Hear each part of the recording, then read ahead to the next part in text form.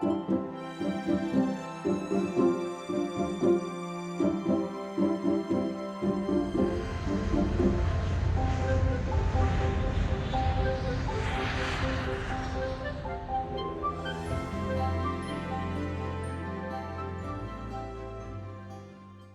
today's fruit of the Spirit is kindness, and if Brian and I were really on top of our game, we would have given this message last week, because all last week was International Random Acts of Kindness Week. Did you know that, by the way?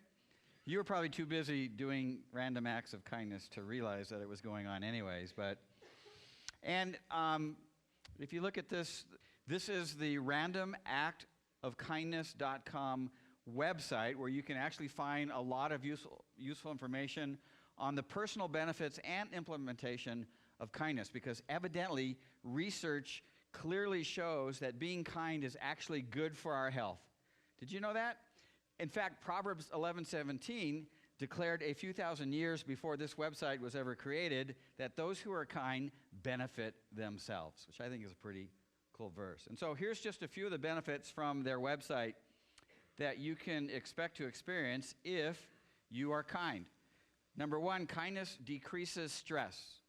Perpetually kind people, listen to this, have 23% less cortisol, the stress hormone, and age slower than the average population. So if you want to be a little less stressful, you want to live a little bit longer, or at least look like you can live longer, be kind. Number two, kindness boosts happiness. A 2010 Harvard Business School survey of happiness in 136 countries found that people who were generous, such as with charitable donations, were happiest overall. Number three, kindness lowers high blood pressure. This one's particularly of interest to me. According to Dr. David Hamilton, acts of kindness create emotional warmth, which in turn releases a hormone known as oxytocin. Oxytocin causes the release of a chemical called nitric oxide, which dilates your blood vessels. This reduces blood pressure, and therefore oxytocin is known as a cardioprotective hormone. It protects the heart by lowering blood pressure and increases our self-esteem and optimism, which is extra helpful if you're anxious or you're shy in social situations. Number four, kindness also releases the hormone serotonin, which is extremely important for our healthy nervous system and maintaining a healthy mood balance. And then finally, kindness is contagious, because the positive effects of kindness are experienced in the brain of everyone who witnesses a kind act, improving their mood and making them significantly more likely to pay it forward. And this means one good deed in a crowded area can create a domino effect and improve the day of dozens of people. Wow. So here's what a few famous people have said about kindness. Actor Josh Radnor says, "It really shocks me when I encounter people who think kindness doesn't matter, because I think it's pretty much the only thing that does matter." And then author Henry James says, "There are things in human life that are important. Number one, be kind. Number two, be kind. And number three, be kind." And then this is my favorite. Author Mark Twain says, "Kindness is a language which the deaf can hear and the blind can see." So needless to say, kindness is critical. It's a critical virtue for human flourishing. And as people of faith who follow a Messiah who sets the bar pretty high for kindness, we should be actually leading the charge in the world for acts of kindness. And yet, sadly, much of the world would rarely use the word kind to describe us. So what exactly is happiness? Well, it doesn't simply mean to be nice. In fact, the opposite of biblical kindness is not being mean, it's really being a miser. To be unkind is to be stingy. The Greek word in the New Testament that's used for kindness is Christotos, and the basic meaning of this word is to be useful in the sense of meeting needs. It means to be open-handed or generous with our resources, with our time, with our talents, and our treasures. And with this kind of generosity in mind, here is a stab at my definition of what biblical kindness means. Biblical kindness is to be liberal in exercising practical generosity, especially to those who are suffering or disadvantaged in the world. Did he just say the word liberal in church? I'm not sure you could say that word in church. So as a follower of Yeshua, you might define yourself as conservative in your theology and in your politics, but you better be liberal when it comes to kindness, because kindness is a major theme in the Bible. In fact, we here at Cornerstone believe that kindness is, in the form of practical generosity, is so foundational to our faith. It's one of the 9 key elements that define who we are and what we do.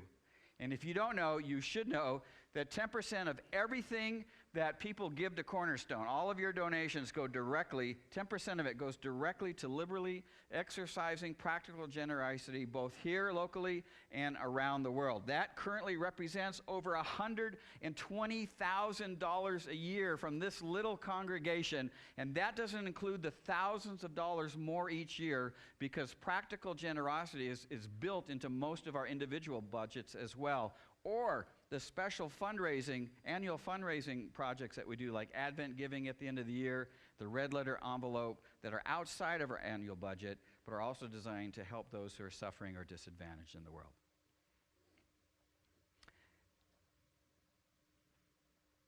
Biblical kindness is to be liberal in exercising practical, that's a key word in this sentence, practical generosity, especially to those who are suffering or disadvantaged in the world. And this can be just saying some encouraging words to someone who needs to be uplifted. It could be performing a good deed like becoming a foster parent or visiting a senior shut-in, or it could be releasing your finances maybe to help somebody get off the streets who's homeless. And what I'd like to do with the remaining time that we have is to give you two biblical traits of kindness. And then I want to give you all an opportunity. I want you to be thinking about a time in your life when you kind of had a critical need. Could have been like maybe you lost a loved one, or you lost your job, or you were homeless. And then how somebody practically was generous to you, and then how that affect you. What impact did it have on you? So those 3 things. What was your situation? How did somebody show kindness to you? What impact did it have on your life? We have a mic up here, so at the end of my message, if you would just kind of stream down here and be thinking, because it's really, number 1, we'll be over really quick if you don't come down. And number 2, it's just really cool. 2 other services so far, incredible stories of people in times of their life where they really needed someone to come through. And it's encouraging to hear of the different ways that people kind of rally around our needs. Okay? I'll let you know when that happens. So the first trait of biblical kindness is that it is faith in action. Biblical kindness is faith in action. James 2:14-17 says, "What good is it, my brothers and sisters, if someone claims to have faith but has no deeds? Can such a faith save them? Suppose a brother or sister is without clothes or daily food, and if one of you says to them, 'Go in peace, keep warm and well fed,' but does nothing about their physical needs, what good is it? In the same way, faith by itself, if it's not accompanied by action, is dead." Now, in order to fully understand this passage, you have to read it in its proper Jewish context. James, whose real name, anybody know what James' real name is? Jacob, Yaakov. For some reason, it got switched into James somehow. It's a long story for that. But he was Jewish, and like all observant Jews back in his day, as is true for all observant Jews today, the Torah informs and influences the radical ways that Jews are to live in the world. There are 613 commandments in the Torah that can all be thought of as radical ways to love God and radical ways to love each other. And within the radical ways to love each other, there are specific instructions on how to be especially kind to those who are suffering or disadvantaged, people who are orphans and widows and immigrants and refugees and homeless and poor and the sick.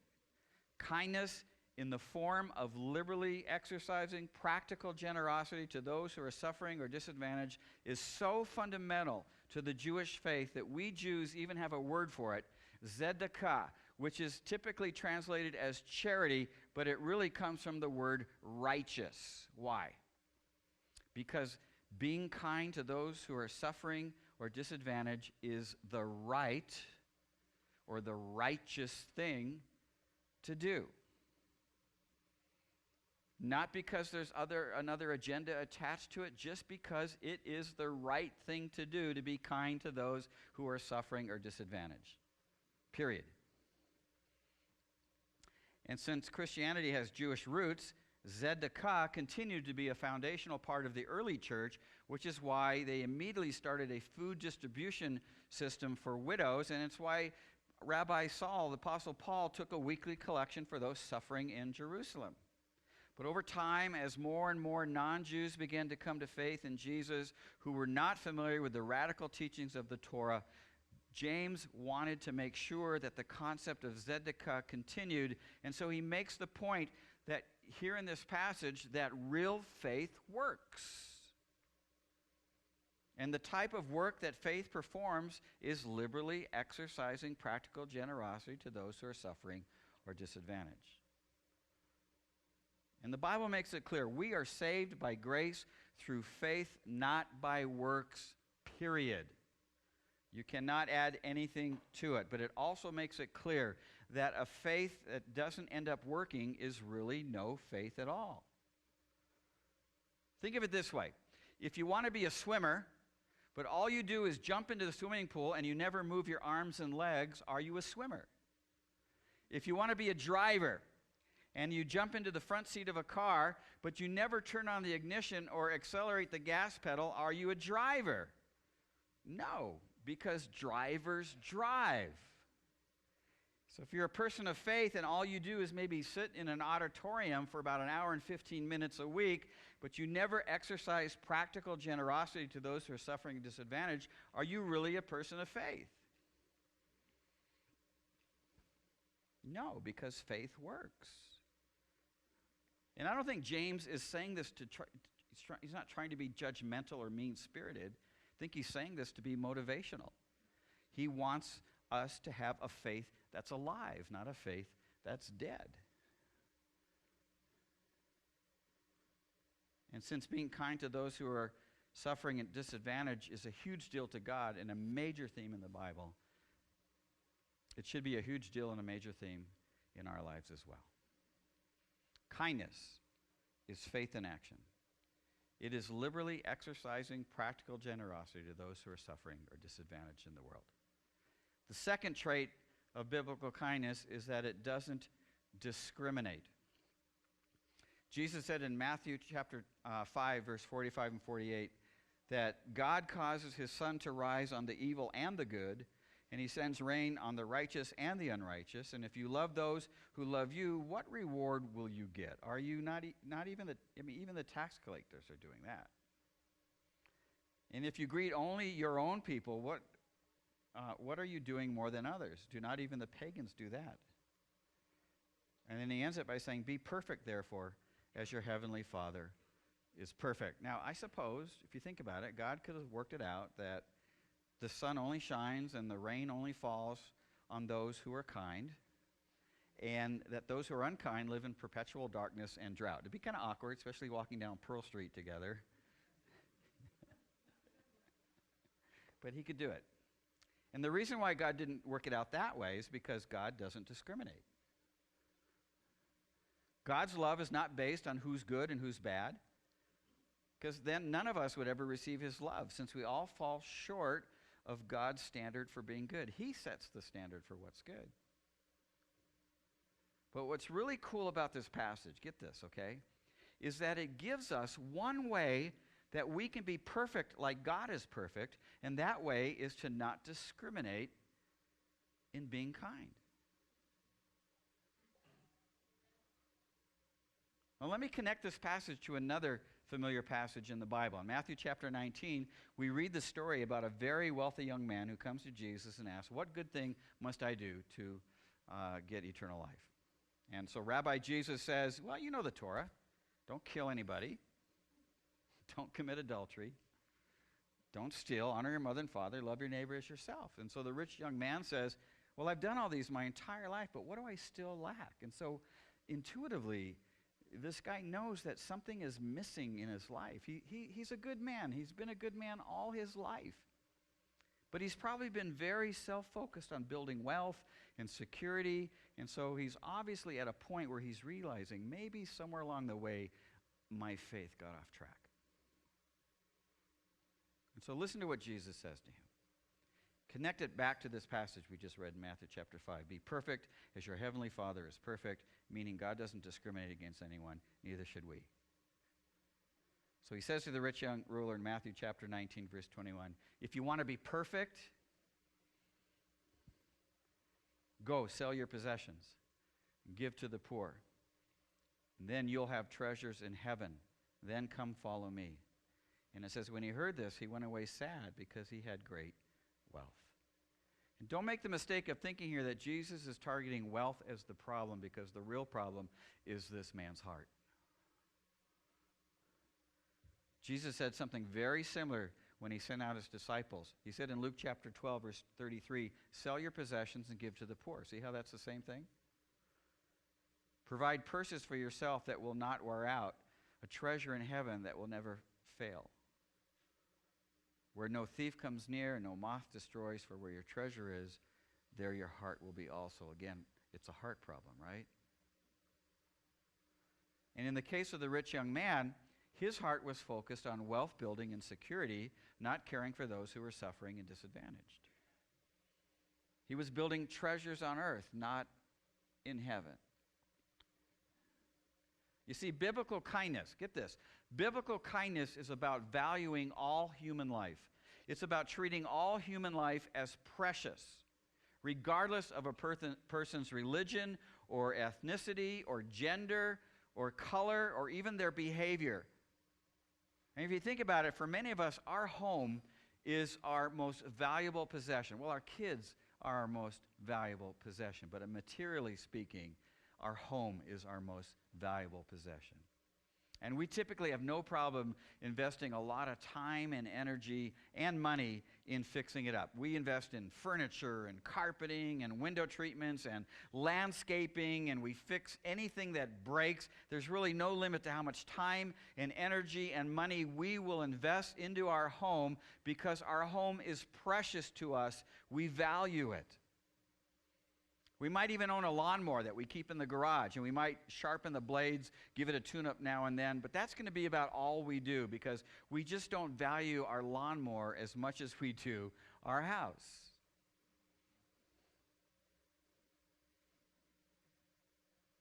Biblical kindness sees every human being as so infinitely precious and valuable that there's no limit to how much time and energy and money we would invest into each person. Even in the case of the rich young ruler, it costs us everything.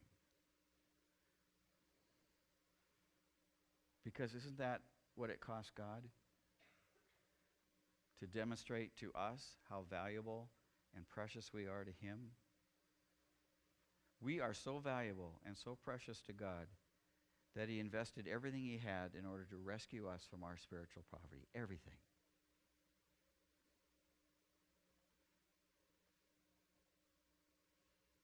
Jesus is asking the rich young man to give up his last shekel in order to help the poor. Face value, it seems like a lot, but not in light of what God gave up for us. And not too long after this conversation, Jesus will give up his last breath on a cross in order to help that rich young man. Why? Because every human being is so infinitely precious and valuable that there's no limit to how much time and energy and money that we could invest into each person, even if it cost us everything. The picture I get of this young ruler is that if he has even $1 left in his wallet and he sees somebody in need, it's worth it to give everything away in order to help the person in need and level the playing field than it is to stay like this and to allow somebody, another precious human being, to live a little bit lower. So I want to show you a video before I ask you guys to come up and share. And the video, I believe, is in Thai. Anybody here speak Thai? All right, so it's going to be painful. No, there's actually English subtitles. And, but I really don't know if it's Thai. I think it's Thai. So far, no one, I keep asking, if you speak Thai, come and tell me what it is. And so if you know what language it is, come and tell me. But it's really cool. It'll really kind of give a good illustration of everything I've been talking about. So watch this.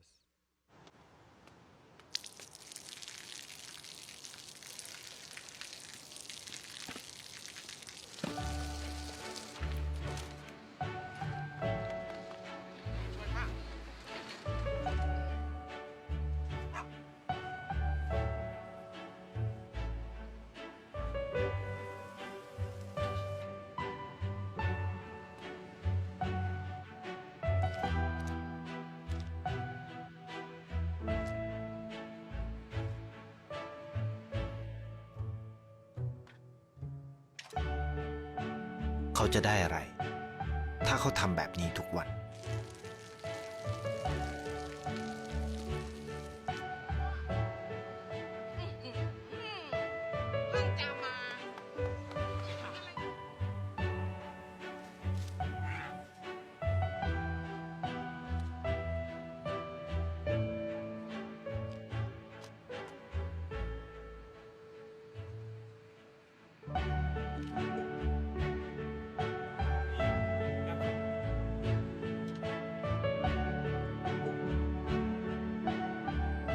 เขาจะไม่ได้อะไรเลย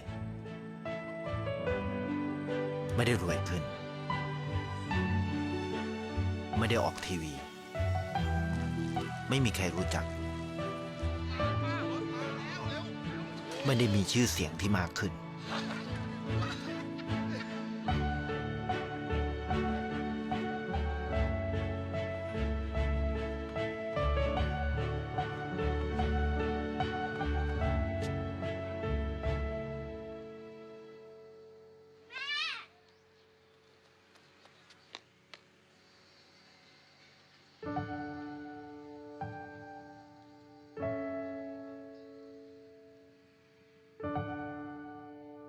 เพราะสิ่งที่เขาได้คือได้แค่ความรู้สึก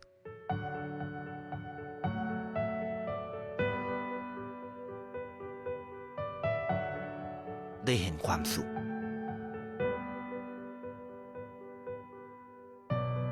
ได้เข้าใจ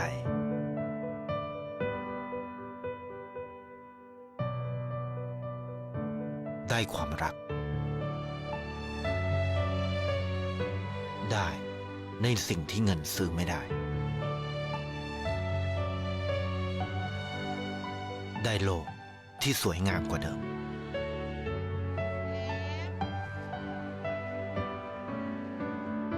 ในชีวิตคุณอะไรคือสิ่งที่คุณต้องการมากที่สุด Do not build for yourselves treasures on earth where moth destroy and people steal, but build rather treasures in heaven. For where your treasure is, there your heart will be also. So who's got something that they can share with us to bless us about how somebody showed you an act of kindness during a critical time of need? Just anybody? Come on down. And don't wait. If you have, just come on down and fill the area here, and we'll just let the stories roll. Go ahead. A while back, I can't even remember how long, 10, 15 years now, my dad was in a really bad accident. And he went from running a 10K in 60 minutes for his 60th birthday to never walking again. And when that happened, I came out here immediately. And he had just been to my house. We had painted the house but didn't get to the garage. And there were some people from my church who came and said, what can we do for you? Can we come out and renovate your house? Can we whatever? My mom, it was big on her mind and her heart. Finish what we started. So we need the garage painted. And they came and did that. One other thing that was amazing, I lived in Iowa at the time. And Iowa's a little different than here for snow. And when we get snow, we get snow. And it lasts all winter. And I used to work at a college, and one of the men at the university said, I was coming back here every month, and he said, so after we got a big snow, he said, so you're driving back every month? And I said, yeah. And I go, I'm just kind of really tired because I'm working, I'm going back, I'm working, I'm going back. And he goes, okay. And I didn't think anything of it. I never shoveled my walk again that winter.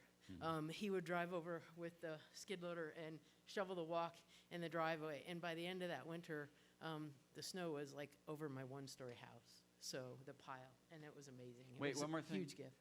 How did that impact you?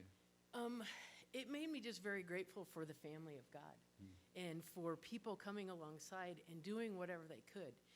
Because what it did for me, and in this case my mom as well, was it allowed us to focus on the crisis that was happening and take care of that need, not the other needs. So it was amazing. It was amazing.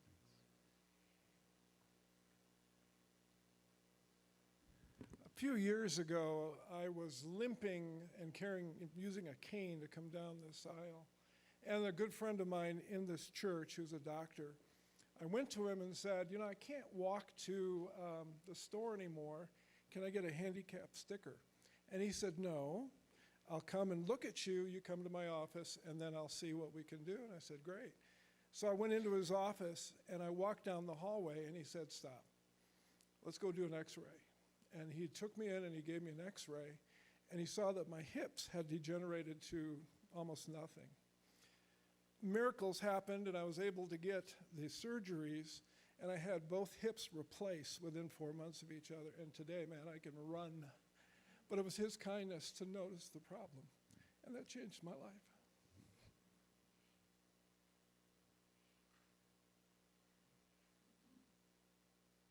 So my story combines snow and a surgery. Unfortunately, I've had 3 surgeries in 3 years, and we live in a house that has a really long sidewalk and a really big driveway. And it feels like we've had a lot of snow lately. And I know we're not supposed to name who was kind to us, but my husband got up every single morning, and this is something we used to do together, but I was unable to do because of the surgeries. He would clear the driveway, the sidewalk, and not let me walk outside or touch it because he was so afraid that I would get hurt after my surgeries. It was such a kind thing because there was so much snow and he had to go to work, but he'd always get up early. He would never complain, and he wouldn't let me step outside until the whole thing was pristine. So I thank God for the patience and kindness that he had over the past 3 years.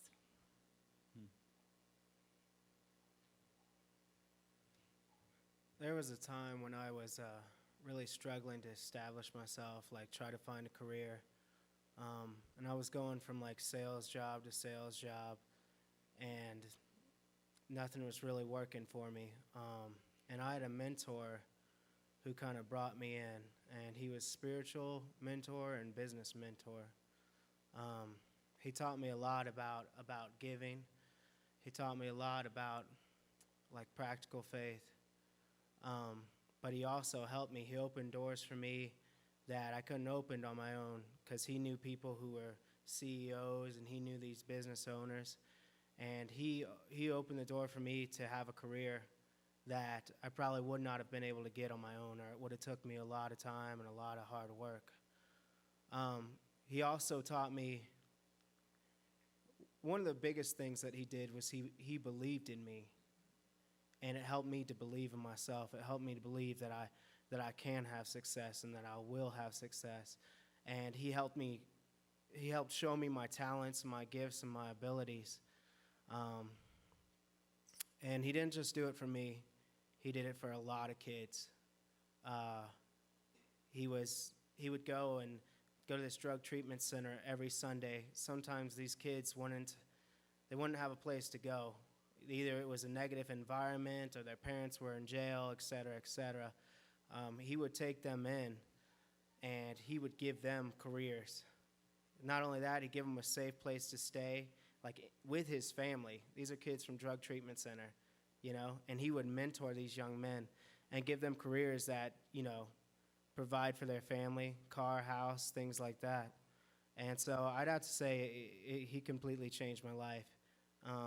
He's one of the reasons I was so successful when I first came to Colorado. So yeah.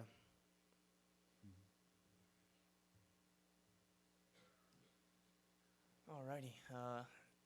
My name's Jack, first of all. My fiance now and I have been coming here for the last year and a half. We do a very good job of hiding in the back, so now we no longer can hide in the back. But 2 years, 21 days ago, I actually met her thanks to a great mentor in my life. It was my senior year in college, and my family was going through a pretty nasty divorce. And I took off and moved west as soon as I could. Ended up in Park City with a great job. And I decided to try and prove myself. I would go up and work in Sun Valley through the holidays, and which led me to my birthday on December 28th. And I was driving home on my 22nd birthday through the night, through the snow from Sun Valley to Park City. And historically, I'm not much of a man of faith. And I said, all right, God, this is my one wish. 2014, this is December 28th, 2013. So 2014 is going to be all about family. Let's try and build a family foundation. And I can't even make it up. About 10 minutes later, I get this wonderful text from my mentor, my future father-in-law, inviting me over for New Year's Day dinner. And the impact that had left on me at the time was, whoa, that was crazy. That's unbelievable. Little did I know I would end up meeting a woman who has absolutely changed my life and really helped me found what it means to have a family again. And it's been really, really incredible. And I actually, Gene, when you showed that canvas of everyone turning colorful and touching, and that act of kindness continuing, I knew at that moment I had to come up and share, because of the type of person it's made me. That simple text, that simple dinner invite has completely changed who I have become. So it was great. Let's just limit it to these three stories. Hi, my name is Manon Crespi, and my husband and I and kids have been coming here for years and years. But one incident really stands out to me. It was a long time ago. We have 4 children, and they were all really little. I had just had ear surgery, and Stuart had something that happened, and he was prescribed this medication that made him break out in a rash, and so we both were pretty down and out health-wise. And it was right before Thanksgiving. And there's this family who has 2 boys and a little girl. And their little girl was the same age as our youngest, and she was born with severe disabilities, but lifetime in her wheelchair. She has since passed, but feeding tube. I mean, it was an arduous task to just be the mother of this beautiful little girl. So you can imagine how surprised I was when Stu answered our door on Thanksgiving Day, and this woman brought an entire Thanksgiving dinner to us.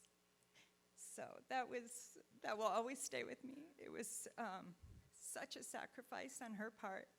But the other thing that I wanted to share was, in my testimony, I became a Christian in college, and there were so many little kindnesses that I can't even remember them all. But the one thing that I think is so critical to remember in all of this talk about kindness is that it's Jesus behind every kindness, behind every act. And that's truly how I came to the Lord. I stopped seeing faces, and I just saw Jesus' face every time someone did something kind to me. So I guess in the light of these moments, I just would encourage all of us to remember that He's our motivation, and it really is sometimes the only way that people see Him is through our acts of kindness. Mine is a really, really small act of kindness. When I lived in Estes, my husband passed away while we were there, and immediately I was surrounded by church, family, friends, neighbors. It was just awesome. But one of the things that I remember, and I remember all of that, and I treasure all of that, but one of the sweetest things is I worked for a chiropractor there, and there was a sweet lady that had a local coffee shop, and I would go there periodically, not always, but periodically.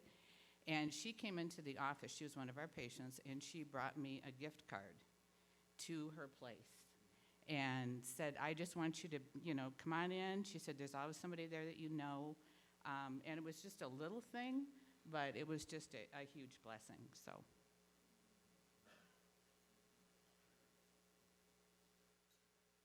My name's Jake, and my wife and I have come to Cornerstone for 7 or 8 years. About 4 months ago, so I have Crohn's disease, and had a flare-up and had 12 inches of my intestine removed. Sorry. I'm not good at talking in front of people, and I'm getting emotional. And my wife, we had a 4-year-old, a 2-year-old, and she was 7 months pregnant, and I was in the hospital for about 12 days, and it was just hard to know that I couldn't take care of her. You know, she was, trying to take care of young kids, was pregnant and whatever. And I just, look around, and there's so many faces of people who came and gave us meals. Someone came when I had the surgery. She didn't have anyone to watch the kids and wouldn't have been able to come and be at the hospital with me. And someone who had 2 kids of their own came and watched the kids so she could come and be there for the surgery. People raked the leaves at our house because it was in October and cleaned up the yard, winterized our sprinkler system for us, brought meals for a couple of weeks after I came home, had my wife over to dinner while I was in the hospital.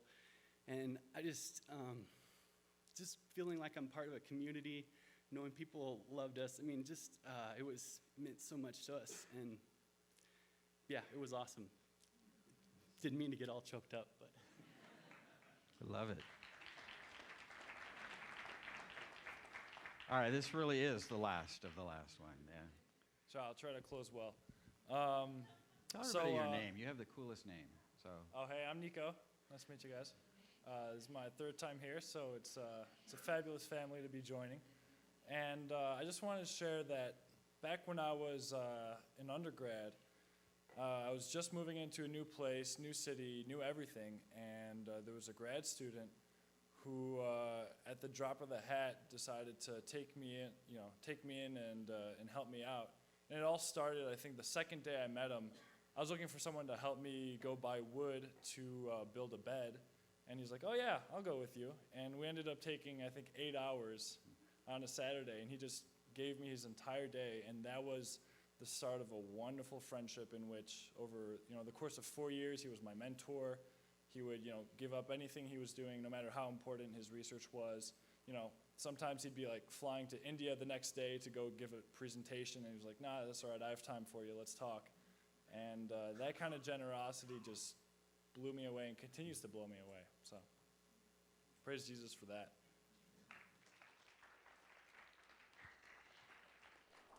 Well, I got one more. Mike, can you leave this mic on here? So I met some new friends last week, and they're back this week. And these 3 gals here, I don't know all your names. I know Maria, Vanessa, Katie. All 3 of you homeless, staying at the shelter in North Boulder. We prayed for Maria this morning because she actually has a voucher for about $800 or $900 a month from the city for a place to live, but can't find a place because you have to have credit. And anyways, what good is it if somebody comes to you and has a need and you say, "Be warm and be fed"? So here is 3 opportunities. If you'd like to put this into place today, you might want to come and ask them what their need are. Maybe you have a place where Maria can rent a room, and she's subsidized by the city, so got some really neat opportunities. One other thing you can do, bless you guys. Yeah. One of the things I'd like to challenge you is those of you that have the app that goes off every 60 minutes, mine goes off every 15 minutes, but how about this week, every time it goes off, do something kind. Wherever you're at, it could just be a word, or maybe you're in the middle of something, you see a need, go meet it, even if it costs you everything.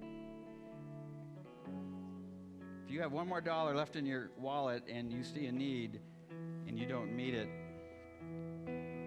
your treasure is in the wrong place. So let's stand up and let's worship before we conclude the service.